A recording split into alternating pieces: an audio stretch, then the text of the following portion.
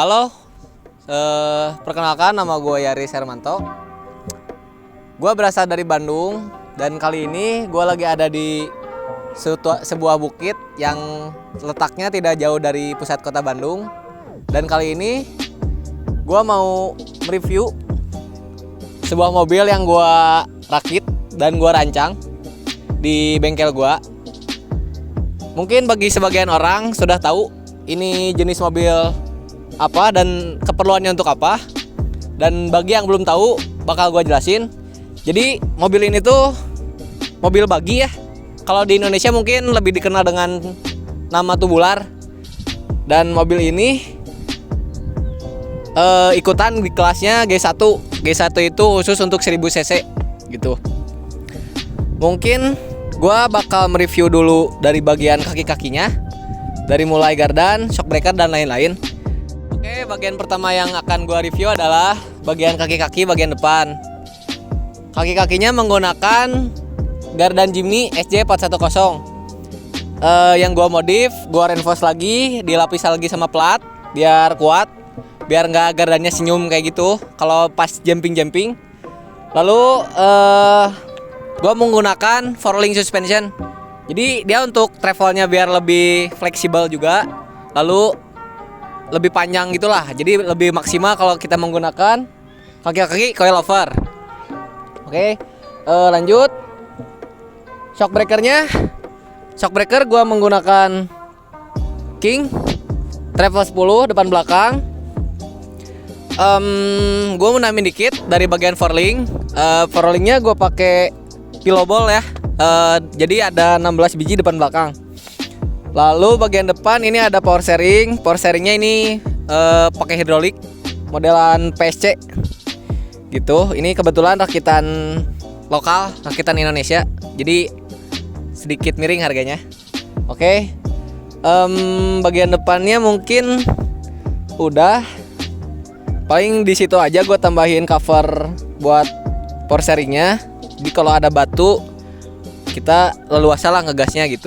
Jadi ada covernya gitu. Lanjut, mungkin bagian depan di sini ada bannya. Bannya gue pakein Simek 31 ring 15. Lebarnya 10,5. Velgnya gue pakai velg Vitara yang gue celongin, gue custom juga. Lalu gue pasangin adaptor roda biar lebih keluar. Gitu. Lanjut ke bagian belakang. Sekarang bagian belakangnya gue bahas lagi dari kaki-kakinya juga. Ini belakangnya juga sama pakai gardan Jimny SJ410 yang gue reinforce lagi biar lebih kuat juga. Lalu di bagian suspensi juga gue pakai 4-link depan belakang yang tadi gue jelasin di awal. Kalau shock breakernya gue pakai King juga ini depan belakang. Ini pakai King, terus sama pakai pillow ball juga. Lanjut ke bagian pengereman. Bagian belakang gue custom pakai cutting brake. Jadi biar beloknya lebih singkat aja gitu. Biar lebih kalau ada belokan tajam nggak usah mundur lagi. Jadi sekali dapet gitu. Lalu ini ada angin untuk pengereman cutting brake. Bagian radiatornya gue masih pakai Jimny yang gue pindah ke belakang aja. Salurannya gue pakai stainless. Lalu bagian pendinginannya gue pakai extra fan Karimun ori biar lebih kencang aja gitu. Dari bagian pendinginan sudah.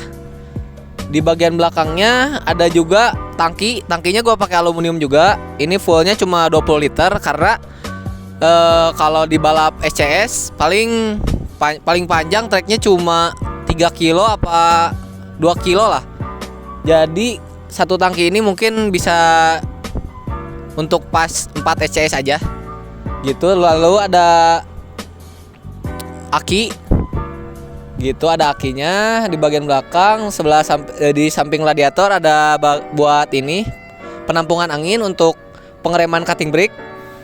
Lanjut bagian dalam bawahnya banget radiator gue pasangin PTO karena di Indo juga kebetulan balap SCS ini ada yang wins, ada yang non wins gitu. Jadi kalau ada pun kejuaraan yang winching, mobil ini udah gua siapin buat ikutan kejuaraan tersebut.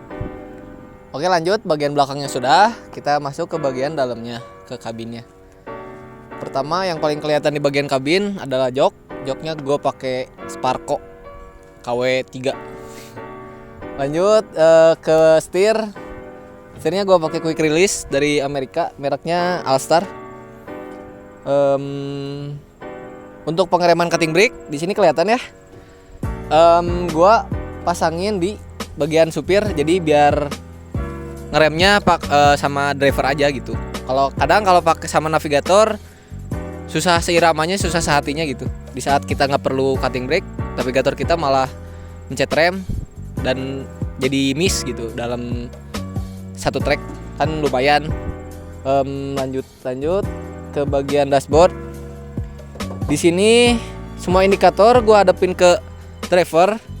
Kenapa? Tujuannya biar drivernya tahu gitu. Kalau misalkan anggaplah air radiatornya panas atau oli pressure-nya, olinya juga ngaco, jadi nggak usah dikasih tahu sama navigator gitu. Tujuannya itu sih. Tombol-tombol gue pindahin ke atas semuanya, bagian atas, termasuk sama ecu. Tujuannya kalau ikut kejuaraan winching biasanya tuh nyelam-nyelam di air, jadi biar lebih proper aja gitu kalau buat untuk nyelam-nyelam gitu. Apalagi ya, oh ini di bagian setirnya juga gue pakai hidrolik. Ini ada orbitalnya gitu. Lanjut lagi ke bagian belakang jok. Di bagian belakang jok itu ada kompresor untuk mengisi angin cutting brake. Kompresornya gue pakai cukup gede biar lebih tekanannya biar lebih tinggi aja. Lalu di bawahnya kompresor ada relay untuk kelistrikan kayak lampu, extra fan dan lain-lain juga. Ada sikringnya juga di situ. Jadi pun kalau misalkan kita lagi ikut kejuaraan dan tiba-tiba mati, nggak repot gitu ngebongkarnya karena gampang gitu. Paling bagian dalam sih itu aja. Oh, nambahin safety belt. Di sini safety beltnya gue pakai 5 titik, punyanya Crow.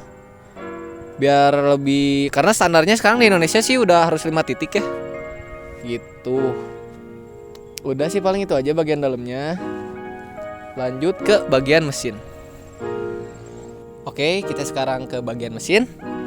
Di sini kapnya gue pakai kancing yang biasanya anak-anak sedan pakai buat ini apa? Spakbor depannya, bumper depan. Gitu. Biar lebih simple aja kelihatannya sih. Nah, ini dia mesinnya. Gua pakai mesin K10 non turbo, K10 NA. Di K10 NA ini ada yang spesial sih. Gua kemarin ke importir dapat mesin K10 NA-nya, headnya yang plastik, dan konon katanya K10 yang headnya plastik ini, tutup headnya plastik ini, konon katanya tuh lebih kencang daripada yang tutup headnya besi gitu. Cuma dari keseluruhan sih sama aja ya. Kalau mesin K10 NA ya gitu-gitu aja lah. Apalagi ya, pompa power steering gue pakai punya Panther.